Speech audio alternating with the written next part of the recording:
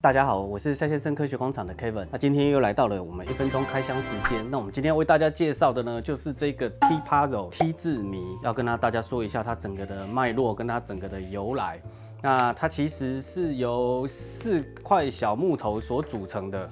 它是4块小木头所组成的，这个里面呢会有100个关卡，你第一步要尝试组成一个一字形。为什么要第一关组成一字形呢？因为你如果不能组成一字形，你就再也收不回去了。所以它第一关是组成一个一字形，最后一个关卡会是 T 所以叫做 T 字谜。那据统计，几乎没有人能够在5分钟解答它，少量的人会在30分钟之内能够解出来。如果用这个排成一个 T， 那大部分的人都会在中途就放弃，所以大家可以尝试看看这个东西。它这个东西其实是一个非常古老的谜题。那最早期呢，它其实并不是形成一个 T， 在1830到1850的时候呢，它其实是一个十字架型的谜题。在中国那边会有用这样子象牙雕刻的很精致的，然后让你组成一个十字架，但是难度会很低，那看起来就随便组一组就会出来，应该是一个比较简单的啦。但是1898年的时候，有一个叫 Lush-Spitzer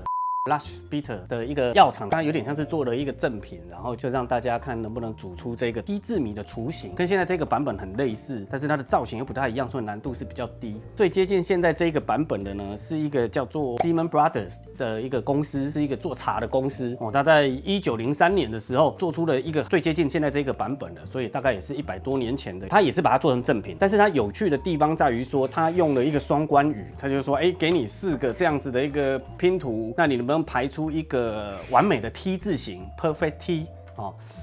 完美的 T 字形跟完美的茶其实是一个谐音梗所以他们在100多年前就有人在玩谐音梗，就是说给你这样子的一个形状，然后让你排出一个完美的 T 字形所以后续就有很多人、很多的赠品、很多的礼品公司、很多玩具公司都陆续有出。那其中比较有趣的呢，是一个1980年代的时候呢，其实有一部影集非常的红，叫 A-Team 台湾把它翻作天龙特工队，里面呢有一个叫做 Mr. T， 就是 T 先生。那 T 先生有一个口头禅。IPT 的父，就是我为不聪明的人感到可怜。然后这一件事情呢，他当时就有出了这样子的 T 字谜，然后他盒子的背后都会写 IPT 的父 Who can solve Mr. T's puzzle， 就是说我对于没有办法解开 T 先生的谜题的人感觉到可怜大概是这样子一个事情，所以也有 T 先生的一个版本出来。那因为这样子的依序的版本呢，近代大概有3个版本，比较有名的就是我们现在手上的这个版本，叫做 Asymmetric 的 T。就是一个不对称的 T， 这个不对称的 T 是什么意思呢？就是说这一个 T 你把它排成了一个 T 字谜的 T 之后呢，它的左边跟它右边其实是不太一样长度的，只有这个 T 它可以排成一字形。其他的版本呢，还有一个叫做 Nobuo